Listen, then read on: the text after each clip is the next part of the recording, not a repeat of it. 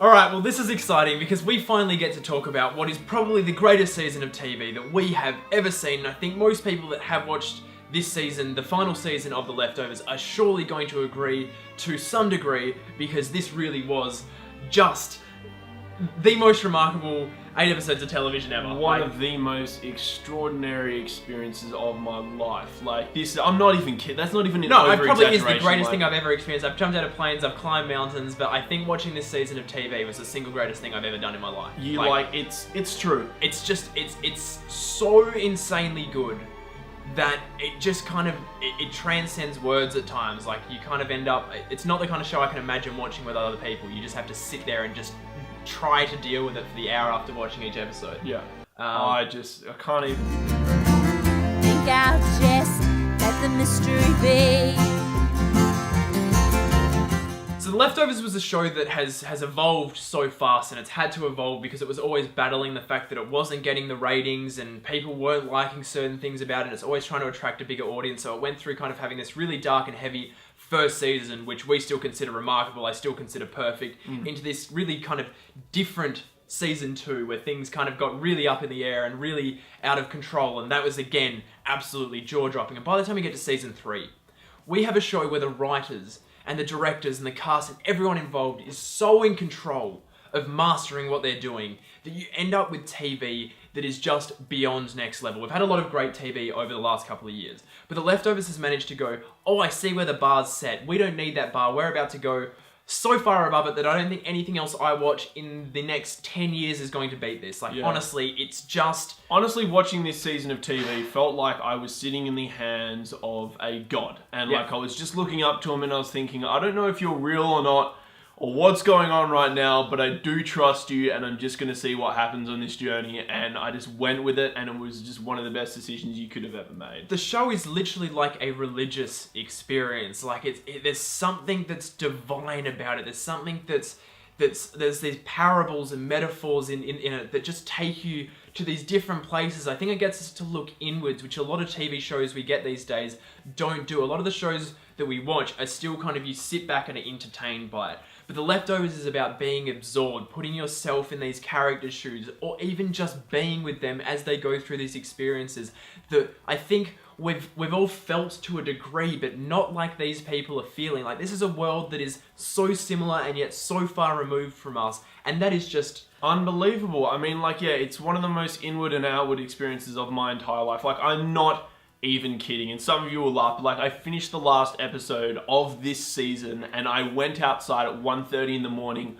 I climbed on top of my roof and I stargazed for over an hour. I'm not even kidding. Like, the experience that this show leaves you with is just, it's mind-blowing. It takes you, so if you let it take you somewhere else, it will. Yeah, and I'm pretty sure we don't have to worry about selling it to anyone who's still here by season 3, because I don't think anyone has picked up season 3 and gone, that was shit. Like, it's just a thing. People that are still calling this show shit did not watch past the first 2 episodes, which even then were amazing. And I think it's one of those things, if you are not enjoying it from the get-go, if you're not right in it from those first couple of episodes, at least by episode 3, where it turned up the heat and went, I'm a next level TV show, you are not ready to watch this show. Like, it's one of those things where I think if people around you, as much as we want to say recommend it to people, we've obviously gotten so many people onto this show recently, and that's such an amazing feeling for us.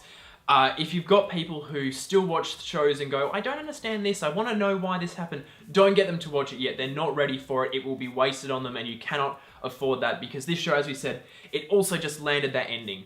And for me, Breaking Bad was and may still be my favourite show. These two shows sit neck and neck, and obviously they're different feelings, because Breaking Bad is really pulpy entertainment with great characters you can invest in. But The Leftovers is kind of like an out-of-body experience, so trying to compare the two is really difficult. But the feeling I got left with by that ending, which was so unexpected, so strange, so profound, so perfect. So perfect. We just need to talk about this whole season. We're pretty much going to go episode by episode now. We have gone through this kind of without spoilers so far, but we're just going to dive into it now, episode by episode, and break it down, because this show is the best. We are going to upload this video as a full thing, but we are also going to break it down into kind of bite-sized chunks, because I have a feeling we're going to be able to do that. So they'll just kind of be, we'll just take those straight out of here. They're not going to be different reviews. If you see them pop up, boom, they're just individual ones, so you can watch it episode by episode if you want. You follow me? I see the sign. Yeah. I see the sign. Yeah. I see the sign. Yeah. So before I watched the opening of season 3, I saw an article IndieWire post, and they were like, The Leftovers has opened Pandora's box. And I was like, what the fuck does that mean? Like, what are you talking about? You watch the opening of this episode, and I was like, dear God, that can't be real. That didn't just happen.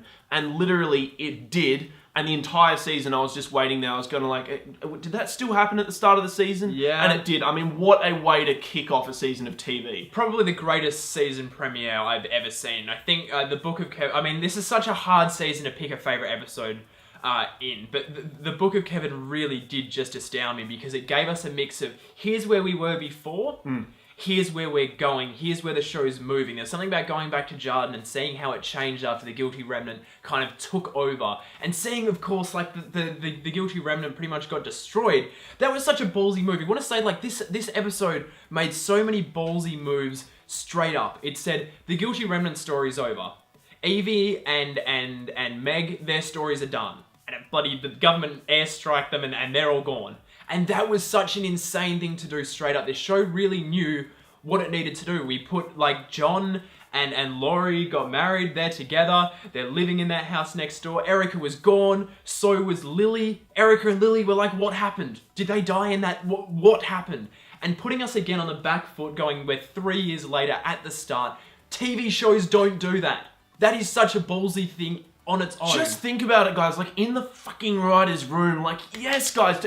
To think about this on paper, like to have the Guilty Remnant like killed off, to have like a new Bible, being written about our lead character, to have like new characters being married, other characters we don't know where they've gone, and then by the end of the episode to jump in time and to see Nora older. Like, you look at that on paper, that is unbelievable. That's unthinkable. That was all done within an hour as well. Like, I cannot understate how well that was done. And there was that tension for us the whole time watching Kevin. Obviously, there was that scene with the plastic bag.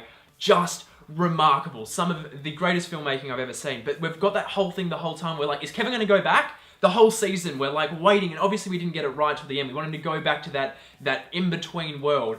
We didn't get that till later on, but that whole thing of him, does he want to go back? Does he want to be there? Do we want to see it again? We also had the fact that they were able to say, well, look, Tommy and Jill's story are practically wrapped up here, you know what I mean? Like, their arcs are complete. The fact that we only got Jill, aside from her voice in episode 6, but we only got Jill in this episode. The writers were able to kill their darlings, you know what I mean? They went, this is what we need to focus on. These are the elements we need to play to tell this story all the way to how they did it at the end. And they had like 2 young characters there. I mean, like, young characters in any story are like, there's so much you can do with them because they're at that age where they're kind of thinking, what am I going to do with my life?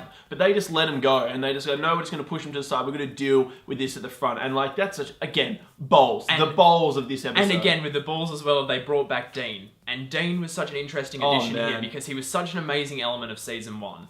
And having him come back and tell Kevin that story about how he thinks the dogs have infiltrated the government, and Kevin, like, one of the great things about this show is characters trying to work out if other characters are crazy in a world where everyone has gone crazy. That will never not be a beautiful thing. And watching it happen here, watching him try to kill Kevin, and basically, and Tommy having to save him and stuff, like, that was just remarkable. Like, honestly, this episode top to bottom was fantastic. The music choice as well, Sign of the Judgment being that main song that was used, really just built this world. We knew what we were in for with season 3, and we knew it was going to be something remarkable.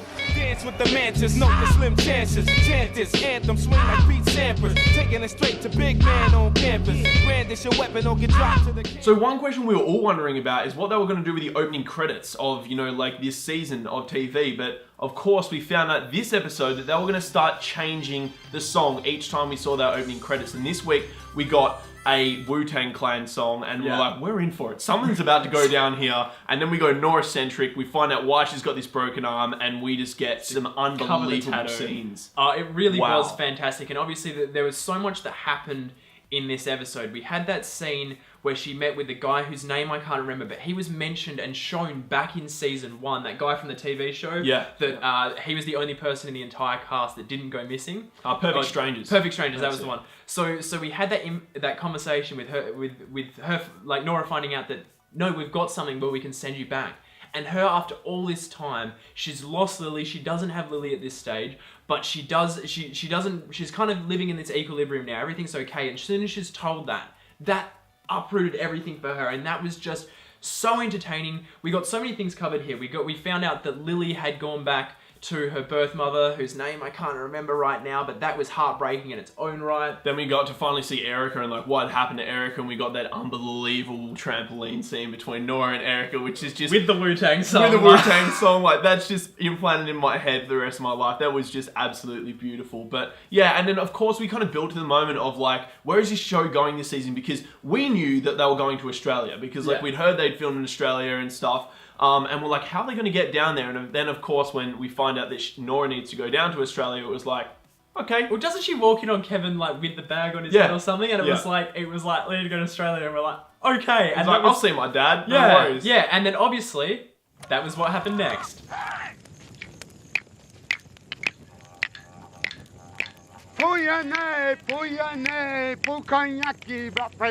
So episode 3, Crazy White Fella Thinking.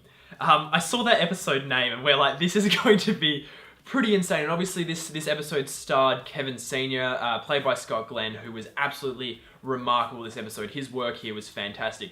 This was endurance test TV. The fact that we were already ready to go, the 3rd episode of this TV show always does something amazing where it splits off from whatever we've seen set up so far and focuses in on one character. And that's something we can say for the whole season, is pretty much every episode here, aside from episode 4, focuses primarily on one character. Yeah. And that was really, really smart filmmaking here. The fact that everyone kind of got their own personal send-off. And here, this was just a batshit crazy episode from top to bottom. Watching this guy that is clearly not all there, trying to make sense of his life, trying to give himself a purpose, that we're watching and going, I don't even fucking know if this is real. I just hope that he gets what he wants from this. And it really reminded me of season 1, episode 3 as well. Yeah. Because with Matt, when we saw him go on his journey, this time we saw Kevin Sr. go on his journey, and we knew there was kind of a finish line at play, but we didn't know how on earth he was going to get there. And just to watch this character kind of descend, you know, into darkness and into hell and kind of go through these like really weird things that we didn't know too much about. It was just absolutely amazing. I've got to say that one of the most exciting things about this season of TV, which we were really keen for, is to see how The Leftovers was going to capture footage in Australia. Because we've watched that many Australian films, you know, over our time, and there's only been certain ways that like Australia never feels like how it's presented. Like it's really casual here. It's not like, hey mate, how you doing? We're living out in the desert with the kangaroos. It's not like that here. No, so we were really intrigued to see how an American production was going to come to Australia and shoot it. And my God, do they get it right? They got it every really single right. level. It was so incredible to watch, and they still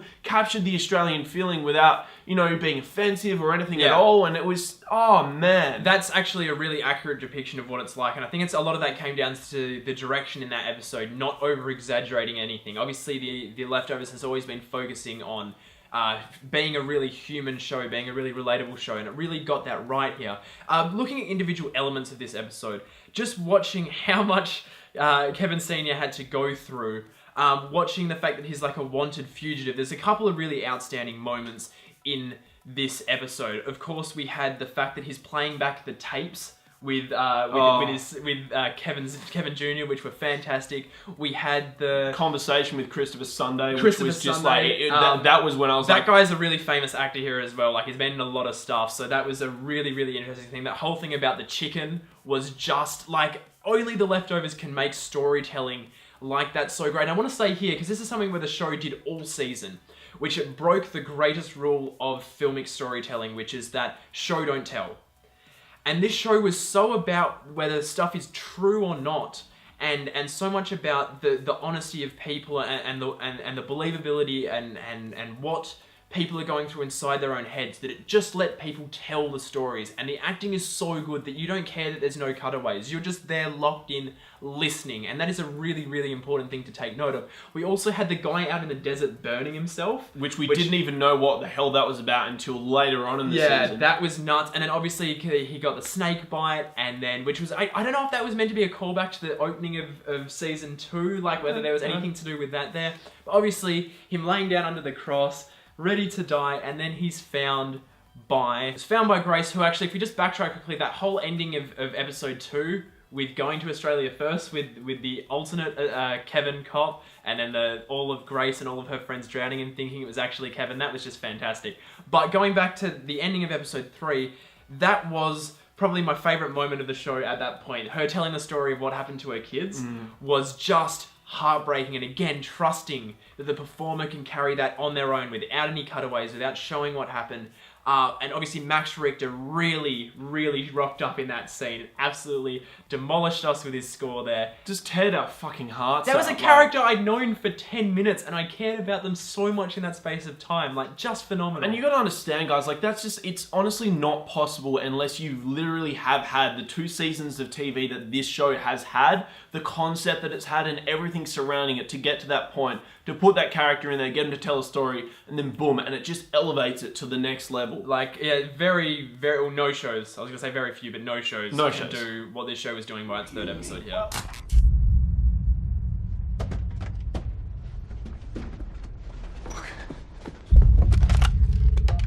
Good morning, front desk. G'day, Melbourne. Wowee. So the Leftovers completely comes down to Australia this episode, and I was just in awe. Like, watching Kevin walk through Melbourne, okay, I'm just gonna say, like, just quickly, but like, watching your favorite TV show ever, watching these characters walk through streets you know and love, it was like, wow, this is exciting. Like, I'm already getting an extra feeling because I live in Australia, and then they were nailing it, because this episode was something special. And honestly, this is a real focusing on the relationship between Kevin and Nora, and watching us, showing us that it's never really been, like, I think a lot of us got into a state where we were thinking that, no, these guys are really like a good match, everything's really healthy here, and this episode showed that they weren't. Watching them go through that airport together, and it just being so tense the whole time, and then obviously they went into the bathroom and they had sex, and then they were going through, like, the, they had all the money strapped on them and stuff, and, like, that whole thing was just so crazy. And then obviously we get to Australia, we're in Melbourne, and Kevin thinks he sees Evie. And I think a lot of us at that point went, oh shit. Oh, not this again. And we're copping a new Patty, but it's Evie this time. And watching him trying to struggle with that and finding, and, you know, contacting Laurie, and Laurie being like, well, okay, what's actually going on here?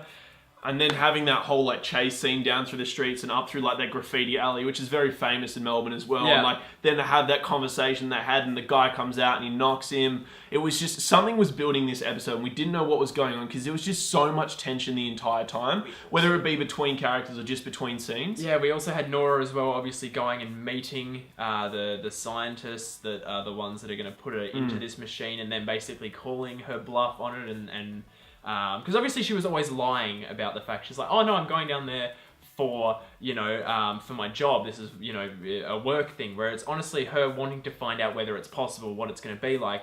But I think that's one of the most interesting things about this entire season is, like, we always thought we really, really did know, like, Kevin and Nora and all these characters, but kind of, I don't think we ever did. Not until the end. Yeah, like, that's what happened. Like, all these characters had these deeper emotions that they were hiding from everyone else in the show. That's the trick, is that they didn't know themselves. Yeah. And we, at the same time, don't know them because of it. And again, like, that is the type of writing that is just astounding. And again, like, the ending of this episode was just a complete knockout, using Take On Me as basically the soundtrack for the ending here, and their argument scene while Kevin was burning his Book of Kevin behind him, and the apartment basically catching fire. That was outright insane. Like, it was cruel, man. I struggled to watch that. Hey, it was like, you're just watching these two people go at each other, and, like, you knew it had to happen, but you just did not want it to happen. Yeah, why don't you go be with them? Just being the most gut punch of a line. And watching Nora sitting there crying, one of the best shots I think I've ever seen in my life is her crying as the water sprinklers started, and watching, like, that continuous tear stream coming off her face because the water's running over her.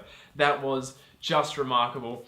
And at this point here, we're at the midpoint. There's only 4 episodes left to go. It was only going to get more nuts. There's going to be sex on this boat. There's going to be a lot of it. Debased and sinful from port to port, all without judgment. Is that going to be all right for you? Absolutely. Now with episode 5, I was glad that they went, okay, we're going to go Matt-centric here. Because Matt has always, I think, been, for a lot of us, probably the most compelling element of the show. Like, he really is, as far as I'm concerned, one of the greatest characters. I mean, this show is full of great characters, but I consider Matt to be one of the greatest screen constructions of all time. Because back in season 1, with his Detour episode 3, which was the episode where so many of us realized that this show was something truly special, we knew his character inside and out. from that first episode. We knew what made him tick. We knew by pretty much the midpoint of that episode what decisions he was going to make at what time, and that became the thrill of watching him going, Matt, don't do it. Matt, don't. He's going to do it. He's going to. Oh, Matt. And that's the thrill of watching him as a character, and watching him do it here. And going, no, we need to get Kevin and bring him back because this big thing's going to happen on the 7th anniversary. He needs to be in Jarden for it. Watching him just being so self-destructive all the time because he uses God and he uses his beliefs as a way to get what he wants. And he tells himself that, no, I'm doing this for this purpose, where it's what he wants. And watching him just deteriorate through this episode on a barge, on a ferry, with a lion-based orgy going on, that is just nuts. Just absolutely spectacular. And it used one of my favorite things. One of my favorite things about what Terrence Malick does is he uses religions, different beliefs for their characters to really ground them and to get them to move through really, really tough times. And as you said, it's what keeps Matt going the entire time. So to see him finally kind of confront God in a way was the most just remarkable scene. That was the climax for his character, and it was unbelievable. And come on, guys, Christopher Eccleston, it's just fucked up. I mean, what a talented actor. I mean, we already knew how talented he was, and he's come from a theatre background, and he's British. I mean, this guy is insane when he knows what he's doing on screen. I want him to get that Emmy so bad. We're devastated for The Leftovers, though. Nominees for lead actor in a limited series or movie. His performance this season was so unbelievably raw. He did it all in one episode, really. He didn't have much more time to work. Well, between this and the my favourite scene with him and Nora, their last scene together, the fact they made his cancer come back, they didn't waste anything they'd set up with Matt. Everything that had been set up with Matt across the previous 2 seasons was used here. His wife, we have his wife. He's got a son now. We know they brought his cancer back. They questioned all the stuff about his family relationships. Everything was covered here in an hour, in which we watched a character completely break himself without being an emotional breaking. He just kind of had this realization. He's almost like, I'm an asshole. Yeah. I feel like was his realization. I think that was the beauty of his character, realizing that how stuck up he is, how stuck in his ways he is. Just fantastic. And obviously that final line, for me, I know I enjoyed this episode much more than you. I think I overhyped it for you because you watched it after I did. But I don't know. I thought this episode was truly astounding. That final line of him watching David Vernon being eaten by the lion and turning around and, hey, that's the guy I was telling you about, just being one of the most remarkable lines, completing his arc. And that just conversation between God, and that was just fantastic. Him seeing things, seeing that person go overboard that no one else saw. Yeah. Just pure Matt. It was fantastic. It's just a perfect rounded full circle episode. Yeah. It was completely necessary, and it was just so amazing. insane. Yeah. Please stay. I can't.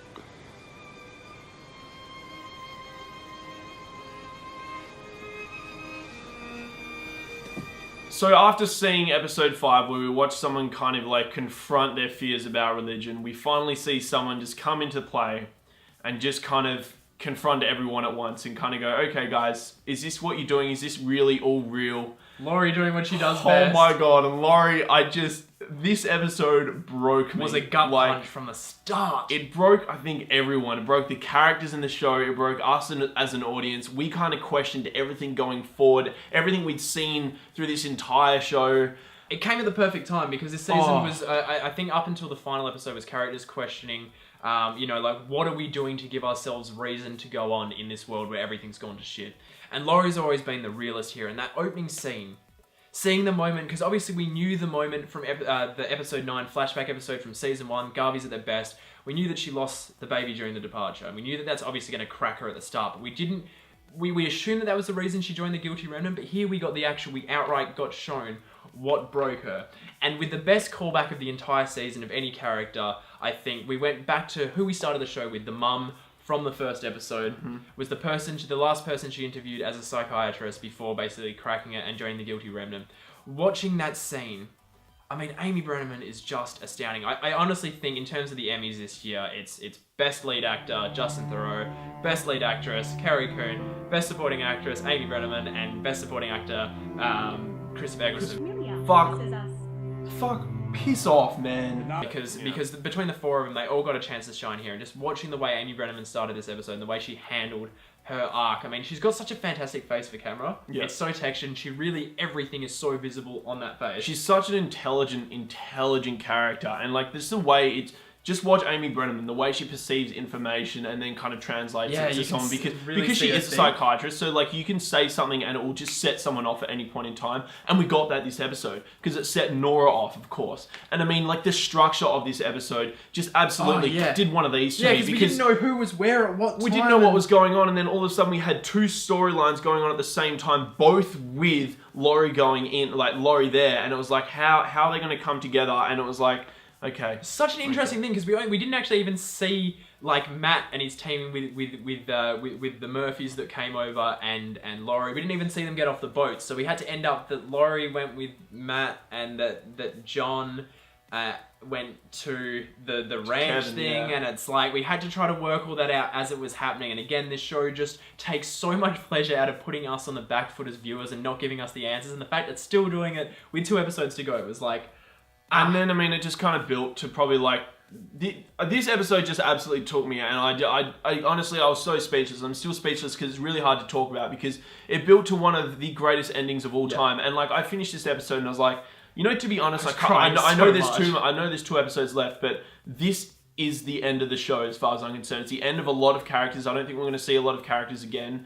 And I thought it was the end of Laurie. And I was like, that's it, you know? Like, she's gone ahead and committed suicide. Someone that is so strong. Someone that is so strong and, like, so ahead of this entire world and kind of got their head onto it. Just couldn't... They just couldn't handle it. I didn't actually make up an opinion. And I still... Obviously, now we got an answer. But I didn't actually make up my mind. I didn't really care. I don't think I necessarily did, but I was led to believe that, and that's all we were left with. So I was like, that's it. She's gone, and I was such a mess. And the other thing, I mean, obviously I was a mess for about half an hour after this episode. I just could not stop crying. It was so well done. And the other part of this episode that really got me was Nora with the beach ball conversation about at the baseball game. About they couldn't understand why everyone was having so much fun, and this one guy let the beach ball down. And that was actually a weird scene for me to watch because that's always been Laurie, or at least in the last season has been Laurie. But it's also Nora at the same time. It's kind of like a baton passing from Laurie to Nora to say that this is now you. You have to be this person. I thought that was just amazing. The writing this episode was stupidly really good. Strong, like really, really sharp. Having her pretty much have that whole like kind of Last Supper conversation, and then her like knocking everyone out and saying no, don't do this, and that one-on-one conversation with Kevin, with her still having Jill's lighter and giving that to Kevin. That was just... There is so much in this episode. So much work was done, and we had no idea what we were in store for next. Oh boy.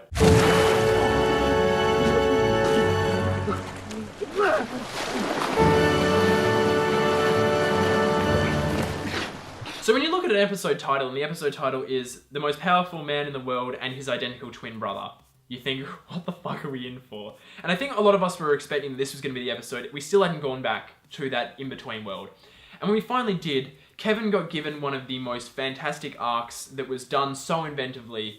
And I still am kind of wrapping my head around it because this was the episode where they went, there are no rules. Yeah. No rules whatsoever. We can do anything to complete... We've completed all these characters' arcs so far. We've completed Matt's. We've completed Laurie's.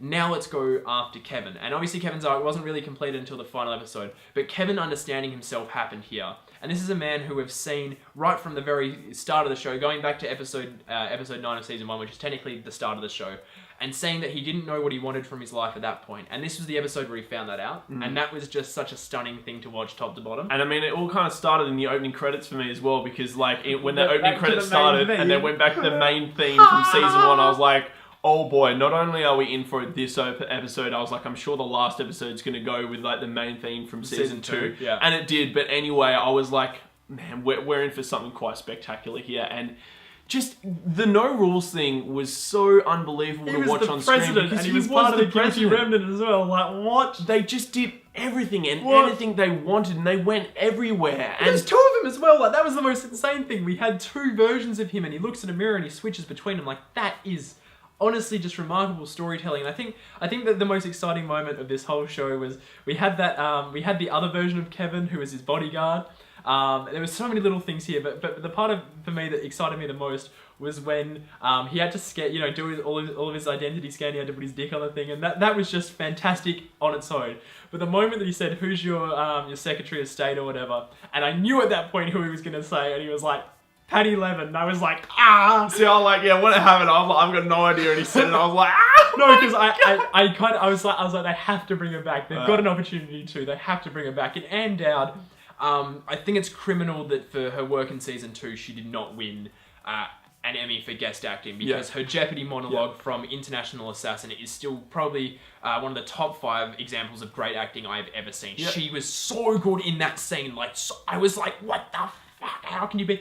But she came back here, and we obviously also got Liv Tyler coming back as Meg, being the vice president. And it was just such a great way to kind of send off characters who were dead, who were gone, but give us that bit more to kind of remember just how great they were. And obviously, we had Dean come back as well as kind of the guy that met him on the beach, and they're just this entire episode, just like, look at it, man. Like, it's just one of the greatest things, and it's like, you don't even need to talk about it because everyone just knows how good it is. And like, it's honestly like Damon Lindelof and the whole writer team, like they've got a little toy box, they open it up and they just play with the toys in this episode because they can do whatever they want. It wasn't necessarily like one of the hyper emotional episodes. I'm kind of glad it wasn't, because I couldn't have dealt with that back to back with the Laurie-centric episode before. But it was just one of those episodes that when it finished, and when Kevin got up on that roof, and the flood hadn't happened, and he just sat next to his dad, and his dad said, "What now?" That was just such a fantastic ending. I wasn't necessarily like, the emotion was more elation at that point. It wasn't sadness. It wasn't so happy I'm crying. It was just like, wow, I just saw a show do that. I just watched 2 versions of the same character, one reach inside the other to basically kill them, to extract a key to end the world. That shot of Patty and Kevin holding hands as the nuclear missiles are raining down was just fantastic. And we had a glimpse of what was about to happen next with like that conversation between Kevin and Kevin, where he's like, like, we were wrong with Nora. We were wrong with Nora. And like, we had that short flashback, and I was like, what's about to happen? What's about to happen? And I don't think anyone was really prepared for exactly what was going to happen in the final episode. I'm pretty sure we all knew that we were going to go back to that little snippet we got at the end of the first episode with that amazing soundtrack, that amazing variation on the theme. I think we all knew we were going to go back there. We didn't really know what we were in for until we got there. That's why I say I've got dreams to remember. How on earth does one talk about the final episode of the greatest television show ever? Yeah. Just talking about it again, it's like, it is honestly the best show ever made. It is honestly just impossible to talk about how good this episode is, how it all comes together, and you just get everything you ever needed. That's the most incredible thing, is that I've obviously all still got questions. We still want to know what that in-between world is. We still want to know, is Kevin immortal? We still have all these different things that are questions we want answered. I don't think anyone at this stage who really understood the show really cares about why the departure happened at this stage. I don't think that was a question that anyone really had anymore. It didn't matter. We just wanted to know that these characters were all right. And that's what this episode was about. It was about these people that we've cared about, finding out that everyone was okay. And knowing that at the point that the show ended, everyone was in a state where everything turned out to be okay. At the point that Kevin Sr. asked at the final episode, what now? We got the what now? Here's where we went. And obviously this most broken person was Nora. And from the get-go of the episode, with her and Matt, and her she's going to go into this machine. We have no idea what's going to happen. But obviously that conversation with her and Matt was just writing I was like this watching Christopher Eccleston's face. I was like, if that is an inspiration to act and do whatever the fuck you want with your life, I don't know what is. Because like, I cannot handle how fucking good he is in that scene. Like, it'll honestly make me tear up right now. It was fucked watching that man act in that scene. I was like, there is not a single element of Eccleston. This is just completely Matt. It was unreal to watch. Yeah. And to start off with acting that good, and to Nora kind of be a participant and Carrie Coon be a participant of someone else, I was like, in her own episode. I was like, oh my god, when is her turn? That is possibly the single greatest send-off I've seen for a character since Jesse in Breaking Bad. Like that's like this is the last time I'm going to see the character, and it just really delivered everything it needed to. And obviously she got into the machine. And then... Oh, the cinematography just for a second, because it just went... like Yeah. straight through And the in fact, roof. again, Carrie Coon did that scene pretty much completely naked as well. Like, just shows that she was willing to go anywhere as a performer, and that is truly, truly stunning. And obviously, she gets into the machine. We see that fossil coming in. We're like, is this going to happen? Is she going to die? And we've obviously got that thing in the back of our head the whole time saying that no, we've seen that she ends up somewhere in that finale. We don't know where, and we start there. Yeah. That's where we started in that final stretch, that final run. This episode in its, was it 1 hour and 15 minutes, it did not waste anything. There was not a single element that was not called back, reused, recycled, brought back for maximum, like, I was, from the moment that finale section started, I was gone. Yeah. I was like, trying to like see through. I was just fogged over the whole time. Because we basically go back to that nun. Do you remember Kevin? Kevin's come by, he's looking for you. And I was like, no way! The arc from this episode before, he was going to do everything after realizing that Nora was who he's supposed to be with. He was going to do everything to get back to her, and just her freaking out and running. And then all of a sudden, yeah, when her and Kevin meet, and Kevin's just kind of like denying everything He was that's ever framed happened. in white as well behind, so we're like, we don't know if she went to another place, and this is obviously, Kevin doesn't have a beard anymore, he's obviously older, but this is a different type of Kevin to what we're used to. We didn't know which world we're in, we didn't know where we were, and Kevin's just lying about his entire life, and I'm just like, you're confusing me, what's going on? And the fact that that's still happening in the final episode of this show, it said, we're still not done with you. We still cannot stop fucking with you, because that is what life is about in this show. It's about being fucked with. And the fact it did that all the way to the final episode, and him going, oh no, we never met again. I only met you at the dance briefly, and I'm back here because I wanted to continue on. And Nora just freaking out. I gotta say as well, how good was the makeup? Oh, I makeup was low-key extraordinary. wish Kevin had a beard still in that scene of the stubble like he did in season Yeah. 1, because the shaved Kevin looks not a good look for me. But anyway, the makeup here and the fact that it worked, and I believe that they were older, and her freaking out, and then her going and having the bath or whatever. She goes and has the bath and has that freak out scene with the door. And then locking herself in, and then it was watching this character deteriorate, but at the same time, not necessarily, because it wasn't until the end that we realized she was hiding something that whole time. And I'm sure when I go back to rewatch this episode eventually, when I'm emotionally ready, it's going to be like even a year more from fucked now. up, because Carrie Coon's performance just kept raising and raising and raising. And I mean, obviously we got that scene with the goat up on the hill and her down below, and the imagery in that Walking scene up was with so Max Richter's score. insane. I'm so glad they really went nuts with the score in the final episode, because obviously the score throughout the show from the start, from season 1 to season 2, it's kind of faded out, and it was used, because I'm pretty sure by season 2, people were already crying on cue. You hear the departure theme, or the other, that just the devastation theme pops up, and you're like, okay, cool, it's time to start crying. Yeah. So they knew it was going to work anyway. They didn't need the score there the whole time. They used a lot of licensed tracks, and that was important. But the final episode really went for it with a score, and I really appreciate that. We got to hear all 3 main themes kind of pop up. And just going backtracking before even the goat thing, with her picking up all the sins and putting them on herself, represented by the beans. I mean, that was fantastic. But going back to the wedding scene. The wedding. And her kind of breaking down Kevin, and kind of and getting back to the fact that, no, I have really been looking for you all this time, and me just crying, and then him dancing and her getting up, and that tracking shot of her walking up to dance with him, and them just dancing together was probably the single most heartfelt thing I've ever seen in anything I have ever watched. Like, there was so much emotion packed into the two of them, just slowly getting closer and feeling each other again. And it's also like what like this show, I think the writers kind of realised, but didn't really realise until they had the actors in there, is what an Australian culture and Australian actors bring to, juxtapose like American cultures and American actors. Because for example, like us as Australians, with our intonations and the way we kind of speak, we go up all the time. Yeah. That's why we kind of sound quite laid back, and people can get along with us easier. Whereas Americans, like, they speak on the way their intonations are, it's flat, and usually the whole time they sound at the end of their sentences, they sound the same as they did at the start. Whereas Australians, because we're going up, it just sounds a bit more friendlier. So when you've got that wedding going on, everything's friendly, everything's happy, and then you've just got this other relationship that's in a different world and a different culture juxtaposing Speaking differently. It was perfect. It was just perfect. It was the two worlds watching him in 2 different ways that people can love one another. Yeah, hearing them doing the wedding speeches and stuff. And the way releasing Nora Australians and talk stuff. to each other, whereas Americans talk to each other, it was just beautiful. It was a fantastic way to put it, because it made it so centric on them. Everyone else around is kind of excess in that scene. All of those Australians, they're just noise around these 2 main characters. And obviously, Nora then leaves, and we have her going. She goes back home, and her doves aren't there, so she goes to the nun. And obviously, as well, like the fact that there was the bikie guy that was clearly like they were clearly boning, and then Nora's still calling people's bluffs. And that's such an intense thing to watch because it's like Nora still can't let things go and can't just let things be. She has to be that person to let down that beach ball again, which is a fantastic kind of continuation of that theme.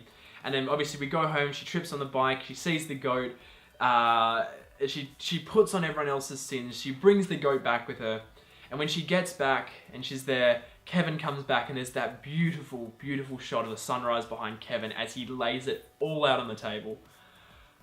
That was just the finale bit of that was just stunning. And obviously we have, once they get inside and they go, let's have some tea and let's go inside.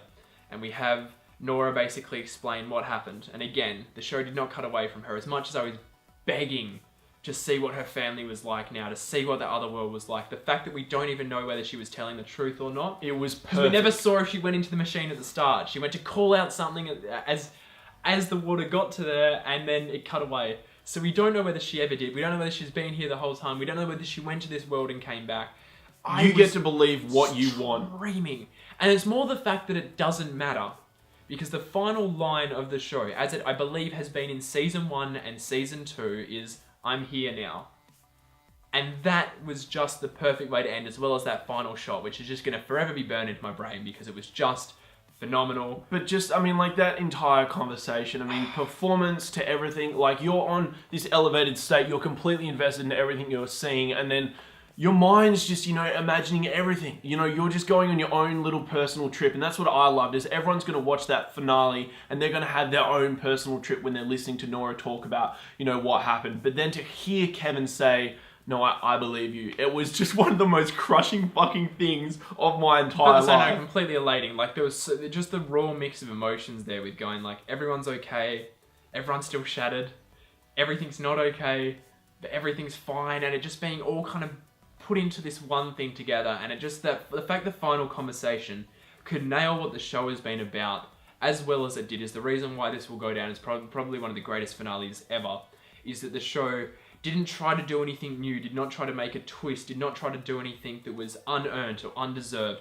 The entire 3 seasons that have come before boiled down to one conversation between 2 broken people who clearly wanted to love each other, and this show is about connecting with other people. We're connecting with someone else in a world where people you've already loved have gone missing, and I think that is just why this really is the best show. It was unbelievable because this show, just because so many people with such a high concept, like 2% of the world's population disappear, like you wonder, like, what is this show going to be about? And it's been there in front of us the entire fucking time from the first episode. Like, that's just perfect. Like, that, it just makes this show so fucking perfect. Instead of kind of getting to the ending and go, oh, that's why. It's like, no, it's not why. Like, it's been there the whole time. We knew it. And just a footnote for that final episode as well. We also got, like, just verbal wrap-ups of what's happening. We've got Jill's been married, she's got a kid. And obviously, because we saw Laurie, which we don't want to forget about, was the fact that the writers, as I've read, had not planned to bring her back at the time that they wrote it. They wrote this season chronologically. They got to episode 6 and they're like, we're pretty sure she's dead. And then when they got to writing the finale, they're like, I don't think she is. I think we're looking at her arc. She would have chosen to live. The fact that Jill called her at that stage, she's chosen to keep on going. The fact they brought her back, she was old, she was with her granddaughter. That was just astounding. And special. And it took me until after the episode to go, oh fuck, she's still alive. Like, Exactly, it just didn't even occur to me because I was like, okay, cool. And then by the end of it, I was like, oh my god, they did that. Yeah. And also we found out that Tommy was married. It didn't work out, but he'll be fine because Tommy's always been fine. We've always seen Tommy be fine. We've also got Kevin Sr. still alive. He's 91. Somehow that guy who's been through everything, who's completely crazy and somehow not at the same time, is still going. Laurie and John are still together. There was obviously always more we were going to want, but I think that was all we needed. Yeah. I think that really was all we needed. I think I'm watching this season again. It'll dawn on everyone just how well they wrapped it up. And it took, 8 hours of viewing. This 8 hours this season is all up, but they completely nailed the story top to bottom, through and through. I'm just stunned by it. I just can't stop thinking about it. I think it's something that's going to stay with me forever, and it's the kind of thing that I would honestly do anything to get everyone in the world to watch it in that right state of mind, to get everyone to the level they need to be able to access this show and get what we got from it. Because this final season was truly unlike anything ever. I just think this show is so important for us as humans and as humanity to watch, because it really allows us to look inwards on ourselves, our place on Earth, and you know, in the universe as well. And I'm not even saying that over the top, like I really do mean it. This show is quite simply spectacular. It's a show that really makes us look at how we all struggle as people to get by on our day-to-day lives. And obviously the examples in the show are exaggerated, and that's why they work. But it really is about the fact that everyone is a human being at the end of the day, and once you get to know someone, everyone is struggling with something. And that is just a truly remarkable thing. So those are our thoughts on the greatest TV show ever, and one of the greatest seasons ever. Season 3, the greatest. Season 3 of The Leftovers. My God, what did you think? Let us know in the comment section below. And while you're down there, if you're new to our channel, you can hit our subscribe button to see more stuff from us. And don't forget to check us out on Facebook, Instagram, Snapchat, and Twitter, all at Breaking Banter.